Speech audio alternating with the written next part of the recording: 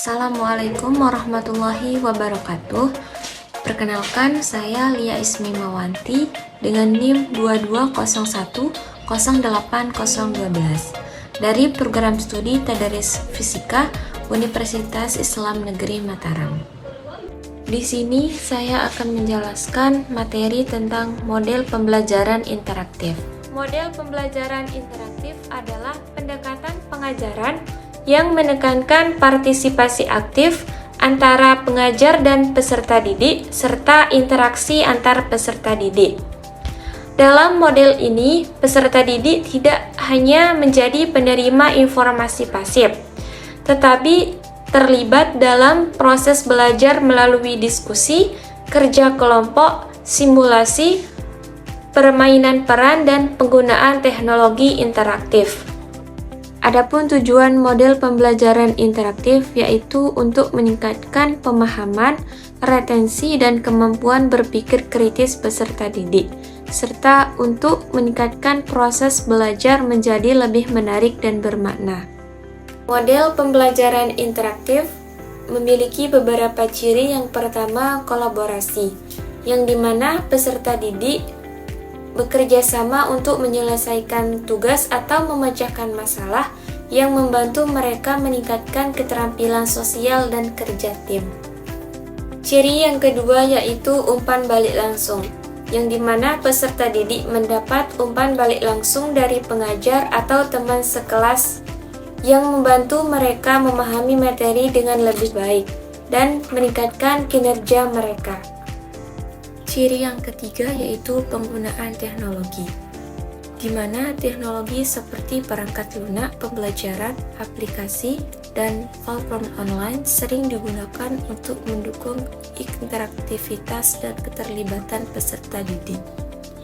Ciri yang keempat yaitu pembelajaran berbasis proyek, yang dimana peserta didik terlibat dalam proyek yang relevan dengan dunia nyata, yang mendorong penerapan pengetahuan dalam konteks praktis.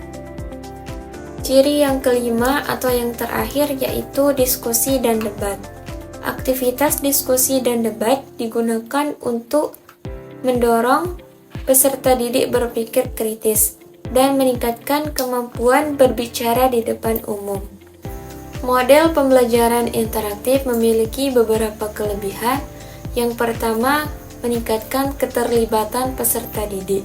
Dengan partisipasi aktif, peserta didik lebih terlibat dalam proses belajar, sehingga meningkatkan motivasi dan minat mereka terhadap materi yang dipelajari.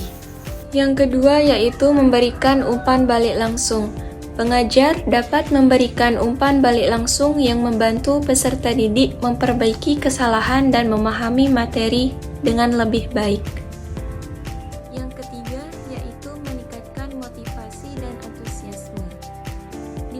Pembelajaran yang interaktif cenderung lebih menarik dan menyenangkan, sehingga meningkatkan motivasi dan antusiasme peserta didik dalam mengikuti pembelajaran. Yang keempat, meningkatkan kemampuan pemecahan masalah. Melalui kegiatan berbasis proyek dan tugas kolaboratif, peserta didik dilatih untuk meningkatkan kemampuan memecahkan masalah secara efektif. Model pembelajaran interaktif juga memiliki beberapa kekurangan. Yang pertama, memerlukan waktu lebih banyak, di mana proses interaktif seperti diskusi dan kerja kelompok sering memakan waktu lebih lama dibandingkan dengan metode ceramah tradisional. Yang kedua yaitu kesulitan mengelola kelas besar. Di dalam kelas dengan jumlah peserta didik yang besar, interaksi yang efektif bisa menjadi sulit, dan ada risiko beberapa peserta didik tidak mendapatkan perhatian yang cukup. Yang ketiga yaitu tidak cocok untuk semua peserta didik, di mana beberapa peserta didik mungkin mereka tidak nyaman atau tidak terbiasa dengan metode pembelajaran yang sangat interaktif, terutama jika mereka lebih suka belajar secara individu atau pasif. Yang keempat yaitu ketergantungan pada teknologi. Dalam beberapa kasus, pembelajaran interaktif sangat bergantung pada teknologi, yang dapat menjadi masalah jika terdapat kendala teknis atau keterbatasan akses terhadap perangkat dan internet.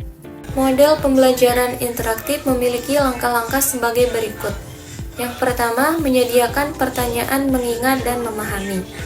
Maksudnya, pertanyaan yang merangsang pemikiran mendalam tentang konsep-konsep dasar, membantu siswa membangun fondasi yang kuat.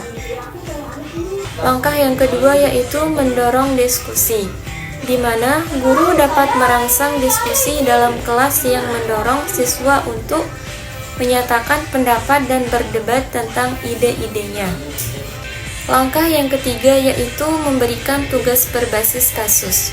Tugas yang mendorong siswa menerapkan konsep dalam situasi nyata, membantu mereka mengaitkan teori dengan praktiknya.